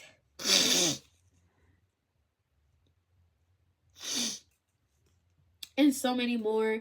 You know, you can really, and well, at my Ulta, the workers are nice enough to help me and help my friends where they were getting their stuff, to like shade match you, give you advice. You should use this, or your skin types like this, you should use this. But I wish you the best of luck of starting your makeup journey. I mean, I fell in love with it. I love makeup. As you can tell, this is something I really like to do in my spare time when I have time to do it. It's such a beautiful art. It's beautiful art, because people don't understand makeup is not something that, you know, just anyone can do, and that's okay. But you need to at least learn how to be able to enhance your own beauty. Not everyone is made to be makeup artists, but everyone has the ability to do makeup where it enhances their own beauty. So this is the end of the video. I really hope you enjoyed. I hope you learned. I hope you take away some key things. I hope I really talked about everything I wanted to talk about. I should have wrote this down, but I just wanted to wing it. If I had to summarize all I talked about, Skin prep is a it's the most important part when it comes to makeup. If you're not prepping your skin properly with skincare products, your makeup is not going to turn out the best you want it to. Knowing your skin type and your skin tone, and when I say skin tone, I mean your undertones, is the best way for you to pick out all your products, not just your foundation, your concealers, your bronzers, your contours, your blushes, to know what works best for your skin tone and skin type. You need to learn it. So you have to take some time to research a little bit by yourself. When it comes to product placement, you need to learn your face. I mean, if you know your face shape, just look up one of those face shape maps. But me personally, just try it out. Put your blush a little bit higher, a little lower, more in the middle, more out. Just see what works. Put your contour a little bit up, a little bit down, towards the front, a little bit back. You will see what works for you. That's why I say you should practice. And once you master the base, just doing the base regularly, have fun with it. Learn the underpainting method, the one layer method, the dot. Have fun with it. And I will be doing another video, and it'll be about eyeshadow, because, you know, getting the base done and just doing eyeliner and mascara is really good for a soft glam look, but sometimes you gotta go full out. So that's it for this video. I hope y'all enjoyed. I hope y'all learned. And yeah, peace. Bye, y'all. Love y'all. God loves you. And I just want to tell you that Jesus loves you, and that sometimes if you're ever feeling like sometimes this world is not enough, or that it feels like you're not doing enough, and you just feel like the world is just against you, and you feel like you have the world on your shoulders, and you just want to relax, I want to tell you that Jesus is right there next to you, and he's reaching out, and he's just waiting for you to reach out to him, to just lay all your burdens and anything that's making you heavy laden on him, and give you rest and peace. I love you guys. Bye.